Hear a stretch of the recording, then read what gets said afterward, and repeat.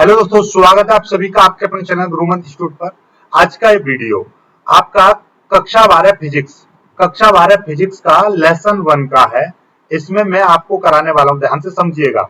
Lesson 1 physics में मैं आज आपको इंपोर्टेंट फॉर्मूले आपको बताऊंगा, इंपोर्टेंट सूत्र, आंकिक प्रश्नों के लिए सूत्र। ठीक है, आंकिक प्रश्नों के लिए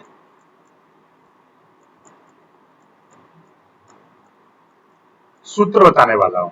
अभी तक आपने ये मैंने चैप्टर 1 के कुछ इंपोर्टेंट मैंने फॉर्मूले सॉरी क्वेश्चंस आपको दिए थे, नहीं देखे हैं तो जाकर देख लीजिएगा।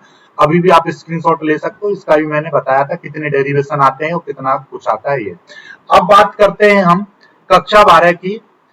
ये हो गए आपके कक्षा 12 की लेसन 1 के वैद्युत क्षेत्र एवं आवेश या वैद्युत आवेश एवं क्षेत्र, ये उल्टा लिख दिया है, वैद्युत आवेश एवं क्षेत्र के बेसिक फॉर्मूले न्यूमेरिकल्स के लिए, क्योंकि मैं न्यूमेरिकल्स अब बिल्कुल जीरो लेवल से शुरू से आपको न्यूमेरिकल्स कराऊंगा।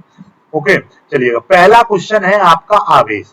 आवेश की मात्रा आपसे पूछेगा तो आप लगाओगे Q बराबर एन ई। एन क्या है? यहाँ पर इलेक्ट्रॉन की संख्या को प्रदर्शित करता है, और ई क्या है? ई का यानी कि एक इलेक्ट्रॉन पर कितना आवेश होता है वो है 1.6 गुणा 10 की पावर -19 कूलाम। ओके, चलिएगा आगे। अगला क्वेश्चन जो है आपका अगला आपका सूत्र है वैद्युत क्षेत्र की तीव्रता। वैद्युत क्षेत्र की तीव्रता को हम ई से प्रदर्शित करते हैं, एफ ई बराबर एफ अपॉन क्यू, ये फॉर्मूला बन जाता है, जहां पर एफ वैद्युत बल है, क्यू आपका आवेश है, इसका मात्रक न्यूटन प्रति कूलाम होता है। ठीक है, आगे देखिएगा। अगला, यदि आपसे वैद्युत बल पूछ ले, वैद्युत बल आपसे पूछेगा तो 1/4 pi epsilon 0 Q1 Q2 upon R square, ये वाला फॉर्मूला लगाना है। जहां पर Q1 Q2 दो आवेश हैं, जैसे मान लीजिए एक आवेश यहां पर रखा हुआ है, दूसरा आवेश यहां पर रखा हुआ है, बीच की दूरी r है, तब ये फॉर्मूला लगेगा। यहाँ पर ये 1/4 पाई एप्सिलॉन 0, ये अपने आप में नियतांक कांस्टेंट होता है, जिसका मान 9 गुणा 10 की पावर 9 होता है। बात समझ में आ गया? इसका मान कितना होता है? 9 गुणा 10 की पावर। इसका यदि कभी कभी मात्रक पूछ लेता है तो न्यूटन मीटर स्क्वायर प्रति कूलाम स्क्वायर, ये इसका मात्रक होता है। ठीक है, चलिएगा आगे। वैद्युत द्विध्रुव आघूर्ण, यदि वैद्युत द्विध्रुव आघूर्ण आपसे पूछे तो उसका पी से प्रदर्शित करेंगे। इसका फॉर्मूला होता है Q × 2L, इसका मात्रक कूलाम मीटर होता है। Q क्या होता है? आवेश होता है, 2L दो आवेशों के बीच की दूरी। यदि ऐसा समझिएगा कि -Q कूलाम और एक होता है +Q कूलाम, बस ये ऐसी दूरी पर रखा हुआ है, इनके बीच की दूरी 2L है। तो दोनों आवेशों में से कोई भी एक आवेश हम कंसीडर करते हैं, एक आवेश और दोनों आवेशों के बीच की दूरी की जब मल्टीप्लाई कर देते हैं तो वो वैद्युत द्विध्रुव आघूर्ण निकल जाता है। इसका मात्रक कूलाम मीटर होता है, तो ये चीज आपको पता होनी चाहिए। छठा, ये पांचवा क्वेश्चन, पांचवा सूत्र, वैद्युत द्विध्रुव की अक्षीय स्थिति में वैद्युत क्षेत्र की तीव्रता। वैद्युत क्षेत्र की तीव्रता हम ई से प्रदर्शित करते हैं। अक्षीय स्थिति के लिए फॉर्मूला होता है ई बराबर 1/4 pi epsilon 0 2p upon R cube, और मात्रक वही रहेगा न्यूटन प्रति कूलाम। यदि वैद्युत क्षेत्र की तीव्रता द्विध्रुव की निरक्षीय स्थिति में पूछ ले, निरक्षीय स्थिति में पूछ ले तो फॉर्मूला लगेगा ई बराबर 1/4 pi epsilon 0 p upon R cube. दोनों में इतना अंतर है, यहाँ पर 2p था, अक्षीय स्थिति के लिए 2p था और निरक्षीय स्थिति के लिए केवल p है। ठीक है, ये चीज याद रख लीजिएगा। आगे अगला क्वेश्चन है, अगला, किसी बिंदु आवेश के कारण वैद्युत क्षेत्र की तीव्रता। कोई बिंदु आवेश है, यानी कि यहाँ पर कोई एक आवेश रखा हुआ है और इससे r दूरी पर एक कोई बिंदु है जहां पर हमको वैद्युत क्षेत्र की तीव्रता पूछी है, तो E बराबर 1/4 pi epsilon 0 Q upon R square, ये फॉर्मूला आपका लगता है।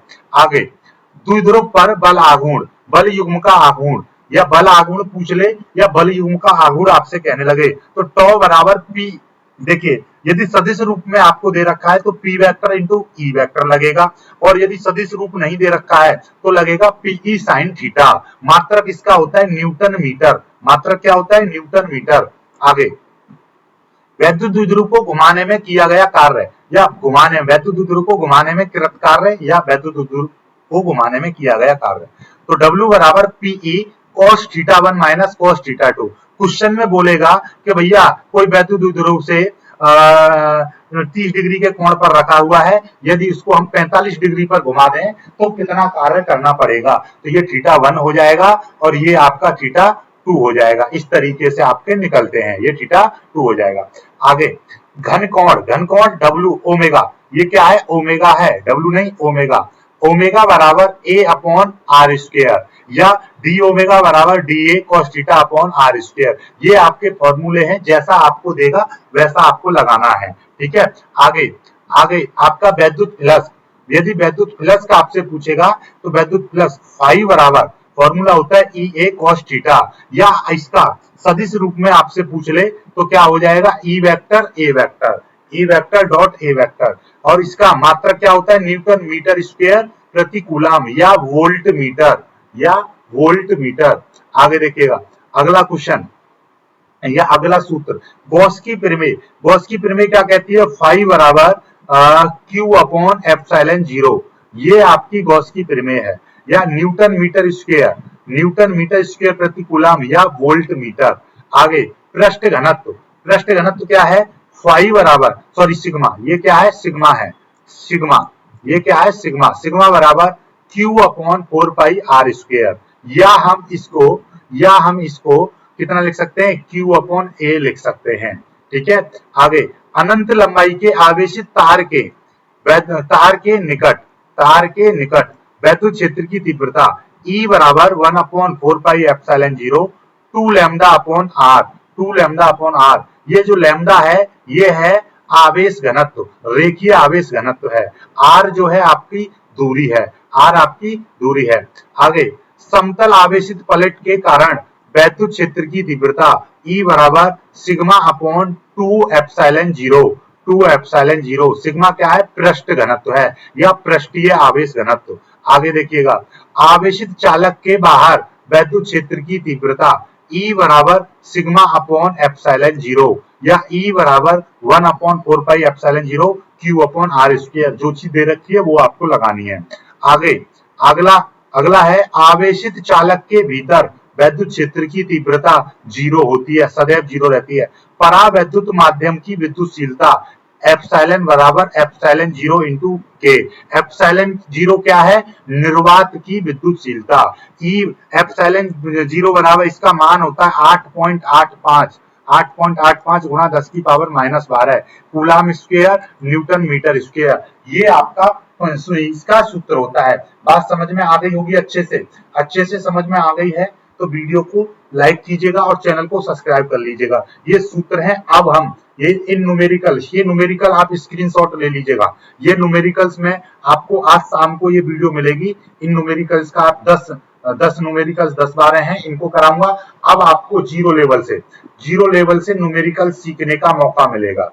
ठीक है, जीरो लेवल से आपको न्यूमेरिकल्स को सीखने का मौका मिलेगा। अब चैप्टर बाय चैप्टर अब मिस नहीं करेंगे, लेसन 1 से सभी न्यूमेरिकल्स को कराएंगे। ठीक है, वीडियो को लाइक करिएगा, शेयर कीजिएगा और चैनल को सब्सक्राइब कर लीजिएगा।